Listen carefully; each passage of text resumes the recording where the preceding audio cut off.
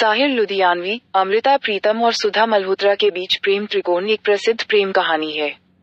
साहिर, अमृता प्रीतम के साथ अपने प्रेम संबंधों के लिए जाने जाते थे, लेकिन बाद में उनका झुकाव गायिका सुधा मल्होत्रा की तरफ हो गया। ये त्रिकोण साहित्य और संगीत की दुनिया में एक चर्चित विषय रहा है।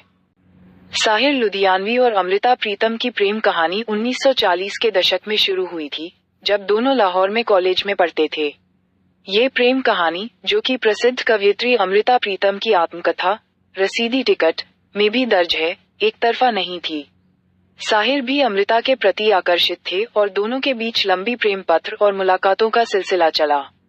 हालांकि ये रिश्ता शादी में नहीं बदल सका, क्योंकि अमृता पहले से ही विवाहित थीं और साहिर को उनके पिता ने मुसलमान होने के कारण अस्वीकार कर दिया था। साहिर लुधियानवी और अमृता प्रीतम की प्रेम कहानी हिंदी साहित्य जगत में प्रसिद्ध है। उनकी प्रेम कविताएं और लेख इस प्रेम कहानी का प्रमाण हैं। अमृता ने अपनी आत्मकथा रसीदी टिकट में साहिर के प्रति अपने प्रेम को खुलकर व्यक्त किया है। इसके बाद साहिर का नाम गायिका सुधा मल्होत्रा से भी जुड़ा। सुधा, जो एक लोकप्रिय गायिका थीं, साहिर के प्रति आकर्षित हुईं और उनके साथ उनके रिश्ते की खबरें आने लगीं।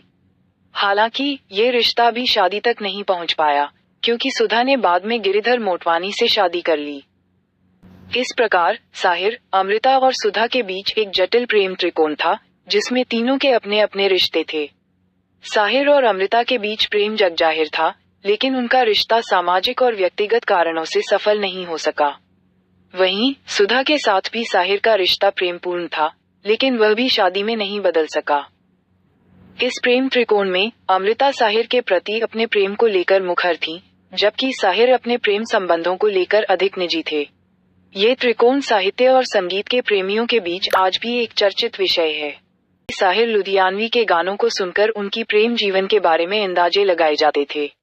उनके गीतों में भावनाओं की गहराई और व्यक्तिगत अनुभवों की झलक मिलती थी, जिससे लोग उनके निजी जीवन के बारे में अनुमान लगाते थे। फिल्म दूज का चांद 1964 का साहिर लुधियानवी का गीत महफिल से उठ जाने वालों वास्तव में उनकी निजी जिंदगी के अनुभवों से प्रेरित थी, खासकर अमृता प्रीतम के साथ उनके संबंधों से। जब अमृता इमरोज के साथ चली गईं, तो साहिर ने महफिल से उठ जाने वालों तुम पर क्या इल्जाम, तुम आबाद घरों के वासी जैसी पंक्तियां लिखीं, जिससे लोगों को लगा कि यह अमृता और इमरोज के बारे में है।